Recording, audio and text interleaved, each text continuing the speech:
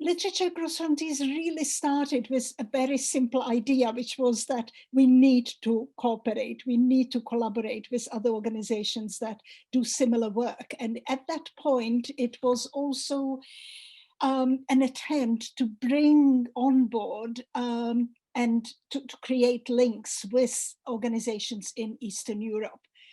Before enlargement. By the time enlargement happened, we were actually already working with organizations that were promoting literature, providing support for translation, and so on in Eastern Europe, which were at that time being established. And so we brought them into contact with similar organizations in the West. And there was a lot of kind of learning going on both sides. We then moved on to working more perhaps with partners such as festivals, and we also started working more with individual writers, and later we focused on providing international opportunities for emerging writers. So you could say that the development has really kind of reflected the development of Europe and the various agendas in the arts. So over the course of the years, we've been involved in several projects that bring together writers and other artists who use large and small languages, or languages that are spoken by large numbers of people and languages that are spoken by smaller numbers of people. We don't differentiate between official and non-official languages. We don't differentiate between minority and majority or dominant languages. We try to create an equal platform for every artist and for every writer who takes part in our activities. We've been able to work with festivals, with organizations that promote literature and translation, with universities, with publishers, as well as with individual writers and individual professionals in the field. We've worked with a diversity of writers and artists. We've worked with emerging writers. We've also worked with more established writers. And also more recently, we've worked with writers who are refugee, dissident or exiled in Europe. And we started that project, Literary Europe Live Plus, at the end of 2017, and then it started in 2018.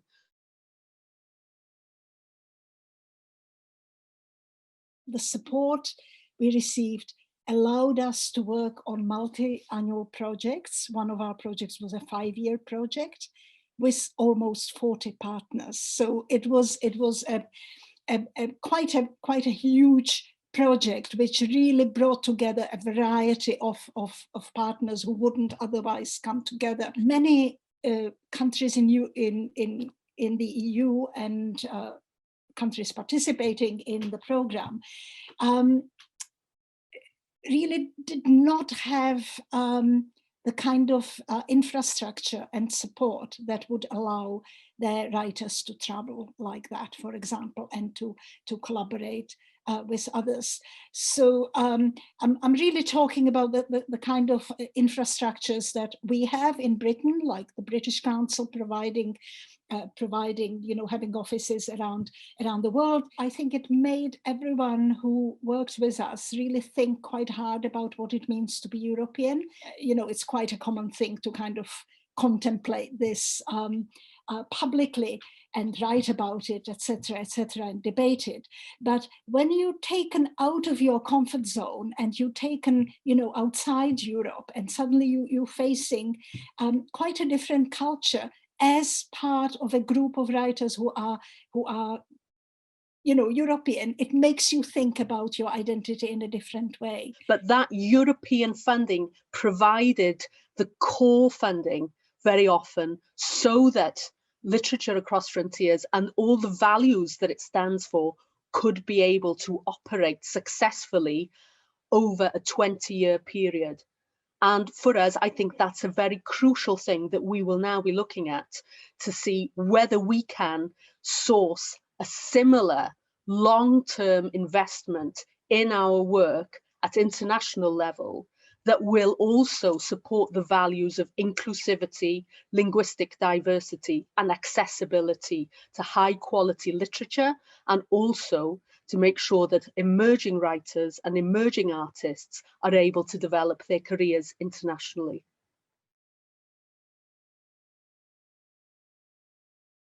Without Creative Europe as that baseline, if you like, of funding and of multi-annual funding and commitment, it becomes very problematic as we think of how we might work multilaterally. There are plenty of opportunities that are being propagated now for bilateral working, and that's something that we've been doing over the years as well, and that we are doing now.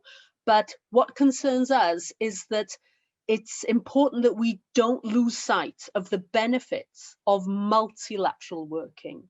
So as we try to work with our partners in Europe without having access to Creative Europe funds, or as third-party organizations, it's important for us to be able to source funding that will complement our new work, if you like, the new frontiers that are being offered to organizations based in the UK. It's important to try and see how we can complement those two political agendas, if you like, leaving the European Union, and also this new agenda of trying to reach out to other parts of the world. If we can fuse the new opportunities that are being created without losing sight of all the benefits, all the experience, and all the expertise that we have, and the proximity of the European Union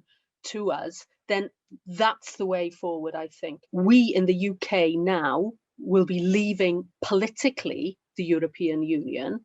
We are not leaving our European identity, because we are still speaking European languages. We're still culturally European, and geographically we're European. So the fact that in terms of jurisdiction, we are no longer part of the European Union, it doesn't mean to say that we have to relinquish a European identity that actually belongs to all of the citizens and all of the people who live in this state. We have to also take into consideration the fact that we are speaking to each other from our respective homes, and in the middle of a pandemic that really has had a major impact on economy in general, but also, on the arts. And while it has offered some opportunities that are quite new and that I hope will stay, namely, you can suddenly attend a festival at the other end of the world, or you can be part of meetings without having to travel to them, and so on. So this is something that obviously has an impact also on questions of sustainability and environmental questions and so on.